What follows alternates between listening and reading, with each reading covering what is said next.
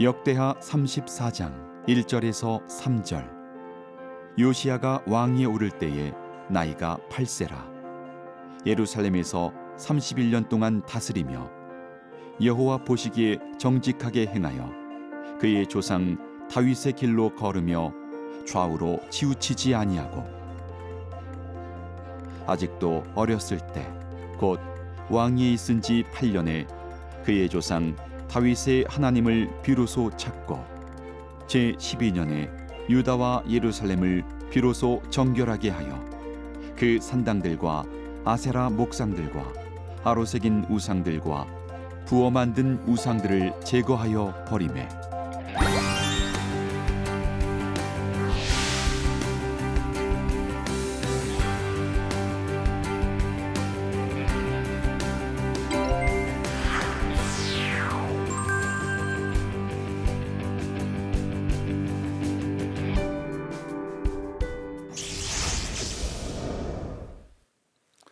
안녕하세요. 아름드리 교회 이재철 목사입니다. 우리 역대하 이야기 11번째 시간, 두려움 속에 무너져간 망나니 우리 므낫세에 대해서 같이 생각해 보려고 합니다. 이 므낫세라는 사람은 아주 이스라엘의 남유다에 55년 동안 통치를 하는데 아주 우상 숭배를 심각하게 했을 뿐만 아니라 하나님을 몹시 진노하게 했던 그런 왕이었습니다. 어떻게 그 사람이 그렇게 하나님을 완전히 배제시키면서 그렇게 배도의 길을 갔는지를 한번 잘 살펴보십시오. 그 사람이 그렇게 배도의 길을 갔다, 나쁜 사람이다를 알기 전에 왜 그는 그렇게 가야 했을까? 그 부분을 잘 보셔야 됩니다. 그 다음에 그러함에도 불구하고 배도의 길을 갔다가 우리 므낫세가 돌아오거든요. 참 충격적이죠. 그 돌아온 므낫세를 받아주시는 여호와 하나님의 그 자비하심 우리가 이렇게 잘 바라보고 묵상하면서 오늘 메시지를 잘 우리가 받아들이시면 큰 은혜가 될 것입니다. 이분은 12살에 왕이 됐어요. 55년이나 다스렸으니까 이분이 나름대로 굉장히 오래 사셨을 뿐만 아니라 아주 견고한 통치를 했던 분이죠. 저 정도 했으면 정치적으로는 굉장히 잘하신 분이라고 우리가 볼 수 있지 않겠습니까? 그리고 이분이 이제 선왕, 우리 히스기야 왕의 그 종교 개혁 이런 거를 이제 자기가 충분히 어렸을 때 들었을 거고 또 경험했을 거고, 그리고 자기 아버님이 사네립, 아수르의 그 사네립과의 대결에서 하나님의 도우심으로 극적으로 이게 구원받았다는 그런 얘기를 알고 있었을 그럴 거거든요. 이게 보시면 우리가 지난 시간에 같이 봤듯이 아수르 진중에 하나님 사자를 보내셔갖고 아침에 일찍 일어났더니 18만 5천 명이 다 죽어 있는 거예요. 그러니까 사내립 군대가 초토화돼서 결국 굉장히 이제 수치스럽게 생각하면서 니누에로 이제 도망가게 됩니다. 이런 사건은 사실은 잊혀질 수 있는 사건이 아니죠. 므낫세가 잘 알았을 거예요. 그리고 이제 이 히스기야가 자기 아버지 히스기야가 말년에 돌아가실 수 있는 병이 들었는데, 그렇지만 하나님께서 간구를 들으셔서 15년, 여기 15년이잖아요. 우리 15년을 연장을 해서 15년. 그러니까 이제 사실은 히스기야 하면 자기 아버지 하면 신앙의 거의 대명사 같은 이런 왕은 없었다, 이런 아버지는 없었다, 이제 그런 평가를 받을 만한 아버지를 둔 아들이었습니다. 그래서 여기 보시면 여호와의 말씀이 너는 집을 정리하라, 내가 죽고 살지 못하리라, 이렇게 말씀을 하셨었는데 하나님께서 테스트해 보려고, 그죠? 이 히스기야 어떻게 나오나 테스트해 보려고 히스기야 기도함으로써 15년을 연장받았다, 그런 거를 우리가 이제 확인할 수가 있죠. 그러면서 이 히스기야가 이제 마지막 말년에 이제 시험에 이제 들거든요. 그럴 때 부정적인 메시지가 있었던 것이 좀 우리가 주목해 봐야 되는데, 우리 바벨론 왕 브로닥 발라딘이라는 사람이 있었어요. 이때는 지금 아수르의 완전히 패권 속에 있었는데, 바벨론이 이제 신흥 세력으로 일어나면서 좀 견제하는 그런 과정에서 우리 유다 왕 우리 그 므낫세와 모종의 어떤 그 협력 관계를 모색하려고 왔던 것 같아요. 그래서 이렇게 보시면 바벨론 왕 그 브로닥 발라단이 히스기야에 병들었다는 소식을 듣고 사절단을 이렇게 파송해서 그렇게 해서 좋은 관계를 이제 맺으려고 이제 하고 있었어요. 그런데 이런 부분에서 이제 이 이사야서 39장에 보면 이런 얘기가 기록돼 있어요. 그 이사야가 왔다는 얘기를 듣고 왕이요, 그분들 왔을 때 무슨 일이 있었나요? 그렇게 얘기하니까 모든 무기고에 있는 것을 다 보여줬다, 이런 얘기를 하는 거거든요. 공중에 있는 자기 모든 것을 다 보여줬다. 이런 부분에서 사실은 굉장히 안타까운 부분이 있는 거예요. 내 창고에 있는 것으로 보이지 아니하는 것이 하나도 없었다. 그 얘기 뭡니까? 자신의 역량과 자신의 재산과 자신의 무기 체계와 그 모든 것을 다 보여준 거 아니에요. 예, 다 보여줬다는 건 뭐예요? 우리가 이제 신뢰관계를 구축하자, 뭐 이렇게 생각을 한 건데 이사야의 생각은 완전히 달랐어요. 그건 잘못한 거다. 잘못한 거다. 예? 왜냐하면 바벨론과 짝하지 말아야 되는데 당신이 지금 바벨론과 지금 그렇게 연합하는 것 자체가 하나님 보시기에 합당하지도 않기 때문에 그렇기 때문에 안 된다. 더군다나 무기를 보여줬다는 것을 뭘 의미합니까? 하나님을 의지해야 될 우리 히스기야가 자신의 무기를 자랑함으로써 사실은 약간 좀 문제가 있는 거죠. 하나님께서 이 부분에서 심기가 아주 불편하셨겠죠. 그래서 내 집에 있는 모든 소유와 내 조상들이 오늘날까지 쌓아둔 것이 모두 바벨론으로 내가 가져가게 하겠다. 그리고 네가 태어날 자손 중에서는 환관, 포로로 잡혀가서 왕국의 환관으로 있을 사람도 있을 것이다. 뭐 이런 얘기를 하면서 아주 굉장히 어려운 말을 한 거죠. 사실 굉장히 고통스러운 얘기죠, 이 얘기는. 근데 여러분 그 후손이 누구예요? 지금 므낫세가 자기 후손이잖아요. 이 사람은요, 그러니까 바벨론에 대한 또는 아수르에 대한 굉장히 큰 두려움이 자리 잡고 있고 이 예언이 성취되는데 그게 바로 자기일 수 있다는 그런 두려움이 있었을 것이라고 생각이 돼요. 자, 그러면은 우리 아수르에 대해서 한번 보세요. 아수르는요, 역사가들이 평가하기를 고대 근동에 있는 커다란 제국들 중에서 가장 포악한 그런 민족들입니다. 지난 시간에 잠깐 봤는데 우리 니느웨 성에 대한 이게 피의 성이다 이렇게 막 나움 선지자가 이렇게 얘기를 하고 휙휙하는 채찍 소리, 윙윙하는 병거바퀴, 뛰는 말, 막 죽임당한 자의 때 이런 거, 그다음에 죽음의 큰 무더기 이렇게 얘기를 이제 하는 장면이 나와요. 아주 각처에 돌아다니면서 침략하고 사람들 많이 죽인. 이들은 매년 침략 전쟁을 하러 가는 이게 메인 자기들의 사업이었어요. 일종의 사업. 전쟁이 사업인 사람들이었어요. 그러니까 얼마나 많은 사람을 죽이고 그리고 많은 침략과 노략질을 하고 고통을 주고 그런 아주 포악한 족속이었던 것입니다. 그러니까 우리 므낫세의 입장에서는 이게 이제 쉽지가 않은 거예요. 더군다나 이 므낫세 통치 기간이 아수르 왕이 에살핫돈이라는 사람과 오스나빨이라는 사람이에요. 오스나빨은 이제 역사가들은 아슈르 바니팔이라고 이제 알고 있는데 실제로 성경에는 오스나빨이라고 나와요. 이 두 왕은 사실 아수르 제국에서 가장 극성기였어요. 가장 침략적이었고 가장 강력한 통치를 구가하는, 사실 유다 같은 조그만 나라는 아주 보잘것없고 어떻게 해볼 도리가 없는 그런 아주 어려운 상황 속에 이 사람이 통치를 하고 있었던 이런 부분들을 우리가 좀 고려를 해봐야 되는 거죠. 그래서 우리가 알고 있는 이 에살핫돈 이런 사람들은요, 이집트를 이렇게 정복을 하거든요.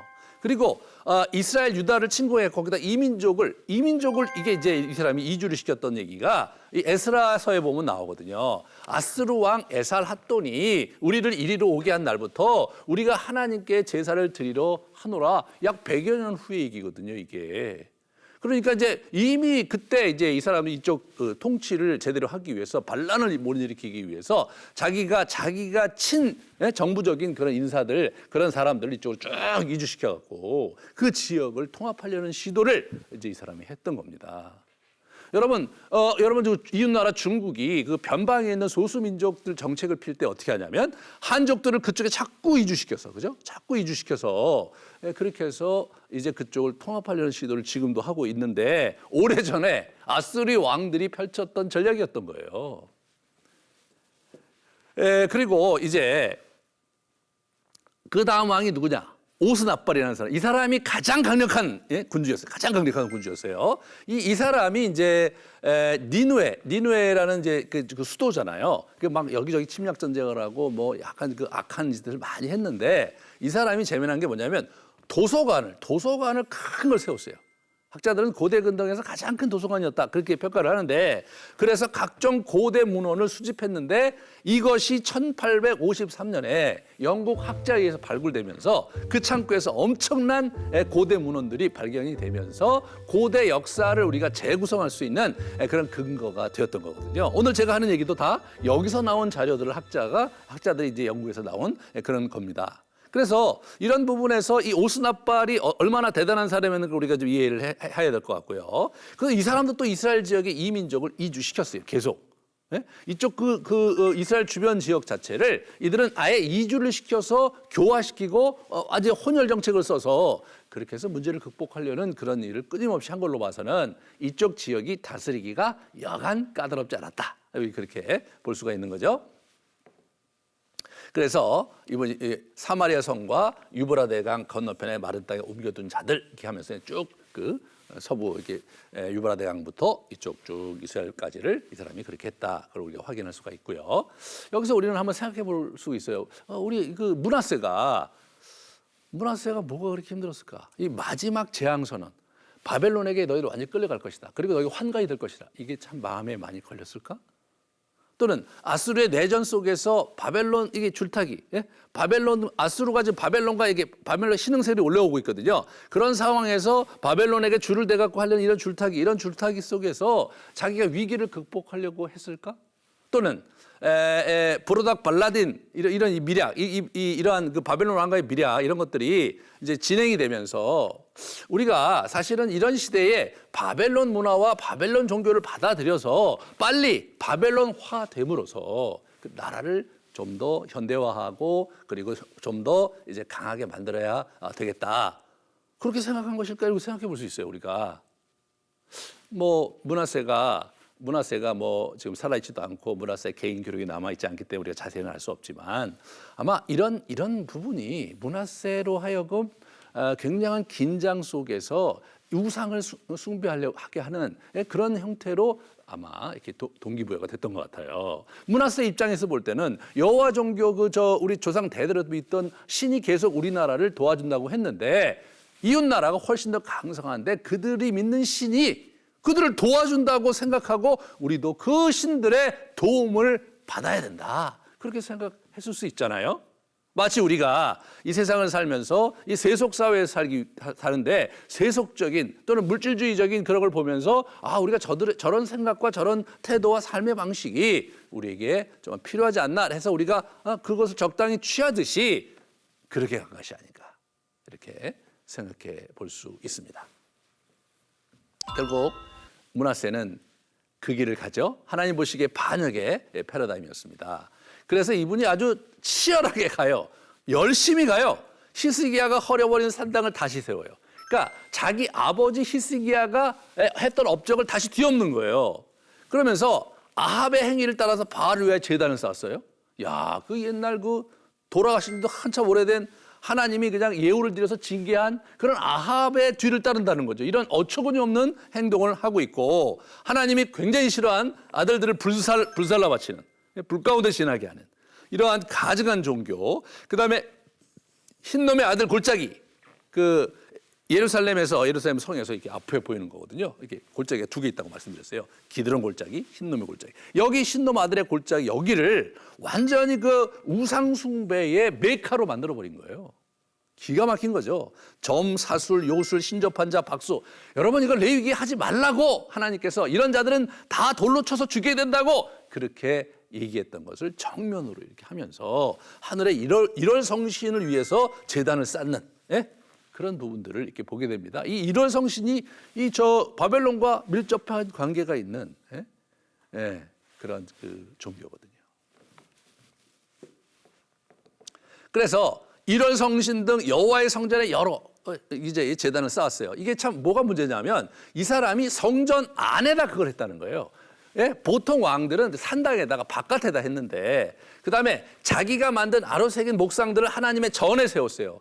대놓고 솔로몬이 지은 신전 안에다가 이 막 우상을 막 엄청나게 갖다 놓고 막 목상을 만들고 하나님 보시기에 얼마나 이렇게 화가 나셨겠습니까? 거기다가 이 사람이 무죄한 자의 피를 많이 흘렸어요. 사람들도 많이 죽여요, 이 사람이요. 예. 그래서 이 사람이 보면은 무죄한 자의 피를 심히 많이 흘렸다 그러는데 유대 전승에 의하면요. 이 사람이 바로 이사야 선지자를 죽였던 사람으로 이렇게 알려져 있어요. 여기 보시면 우리 히브리서에 나오거든요. 돌로 치는 것과 톱으로 켜는 것. 이 톱으로 켜는 것 이런 장면이 나오는데 이 톱으로 켜 죽임을 당한 사람이 이사야 선지자라는 거예요. 누가 그랬느냐? 므낫세가 그랬다고 유대 전승에 나온 거죠. 그만큼 이 사람은 아주 그 포악하기 그지없는 정말 갈 때까지 간 그런 모습을 우리에게 보여주었습니다. 그리고 이 사람에 대한 평가가 뭐냐면 하나님께서 예루살렘 주변을 유혹해서 이 멸절된 가나안 족속보다 더 악하다. 이 참 어떻게 더 악할 수가 있어요, 여러분?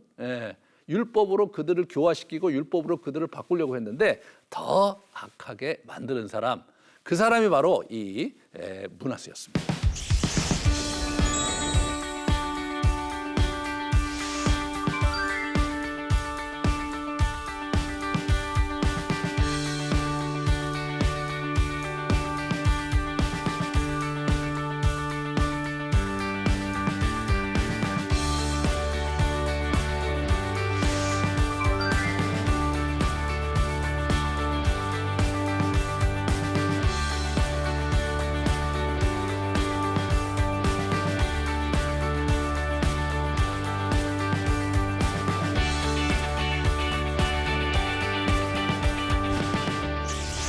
그러자 하나님께서 결국 그죠? 징계의 패러다임으로 그를 대하십니다.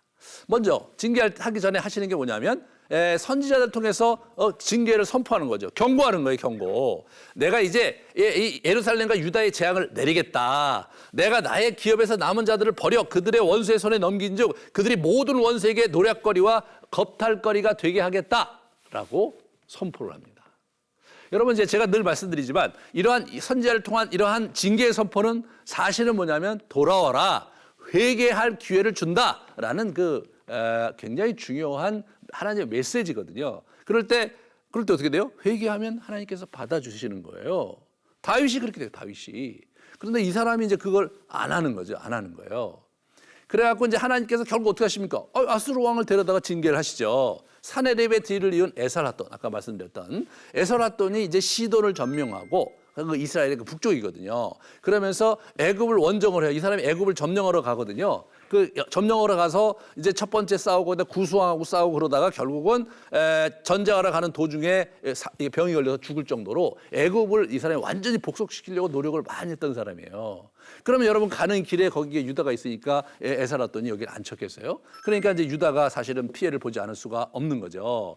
실제로 아까 봤던 이 에스라서에 보면 여기 보면 이제 아수르 왕 에살핫돈이 우리를 이리로 오게 해서 우리 여기 있었고 그때부터 우리가 여기 있었는데 우리 같이 하나님 섬겼으면 좋겠다. 뭐 그런 얘기가 나오는 거예요, 이게. 100여 년 후입니다, 이게. 그래서 우리가 이제 이 사람이 그랬는데 더 문제가 되는 건 뭡니까? 아까도 말씀드렸죠. 오순압발이라는 사람이 아주 굉장히 강력한, 아수르에서 가장 강력한 왕이었는데 이제 이집트를 이 사람이 이제 자기 아버지의 유지를 받들어서 이제 이집트를 정벌 하러 가는 거죠. 그런 상황에서 이제 증벌을 했는데 문제가 뭐냐면 이 바벨론에 반란이 일어났어요. 바벨론에. 그래서 이 사람이 오순압발의 동생이 이제 역사가들의 사마시 쉼 우킨이라는 사람이 있었는데 이 사람이 반란을 일으켜서 이제 이 사람이 가서 바벨론을 완전히 제압을 합니다. 바벨론은요. 니누에는 어디냐면 지금의 이제 티그리스 강의 그 이란이고요. 바벨론은 이 유브라테스 강가에 있는 우리 지금 그 이라크거든요. 그러니까 좀 약간 지역이 달라요.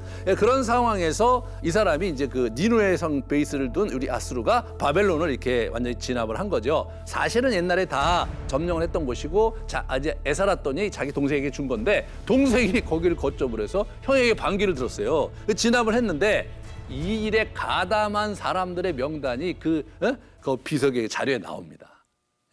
그때 가담했던 사람 중에 하나가 므낫세였을 것이라고 학자들은 주장을 해요. 그래서 므낫세도 이때 바벨론으로 잡혀갔다. 왜냐하면 11절에 바벨론에 잡혀간 얘기가 나오거든요. 여러분, 아수르의 수도가 니누에니까 아수르에게 잡혀가면 니누에로 가야 되는데 왜 이 사람이 바벨론으로 가냐? 이 사람이 바로 이 사건에 연루됐기 때문에 갔을 것이다.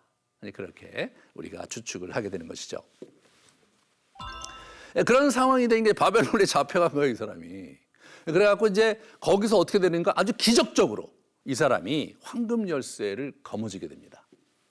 그래서 이제 우리가 한 가지 이제 생각해봐야 될 건 뭐냐면 이 열왕기서에서 우리 므낫세는 아주 굉장히 부정적인 평가를 많이 나와요. 그래서 므낫세가 지은 모든 죄 때문에 그가 무죄한 자의 피를 흘려 그 피가 예루살렘에서 가득하게 했기 때문에 내가 징계를 하는 것이다. 그 므낫세. 예? 그리고 뭐예요? 이 사람이요. 예, 그리고 여기서 보시면 유다 왕 히스기야 아들 므낫세가 예루살렘에 행한 것으로 말미암아 내가 그들을 세계 여러 민족 가운데 흩트리라. 그래서 열왕기 저자는 어떻게 돼요? 에레미야로 알려져 있는데 이 에레미야 선지자는 이 므낫세의 죄가 실제로 이스라엘을 망하게 하는데 아주 굉장히 중요한 역할을 했다. 왜냐하면 55년 동안 통치하면서 나쁜 짓을 했으니까요. 그러니까 사실은 열왕기 하에 읽는 우리로서는 므낫세가 회개했을 거라고 상상도 할 수 없어요. 네? 그런 상황인데 바벨론에 갔을 때 이 이야기는 열왕기 안 나와요. 바벨론에 갔을 때 여호와께 간구하고 크게 겸손해서 기도했다는 거예요.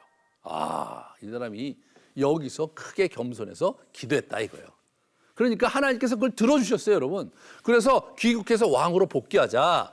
그러면서 여호와가 참된 신임을 깨달았다. 그런 얘기를 13절에 기록을 하고 있거든요. 이렇게 기록을 하고 있는 거예요. 그는 예루살렘으로 돌아오게 하시고 다시 왕이 되어 다스리게 하셨다. 그런데 그제서야 므낫세는 주님만이 하나님이시라는 것을 깨달았다. 이렇게 나오는 거죠. 저는 이 장면에서 므낫세가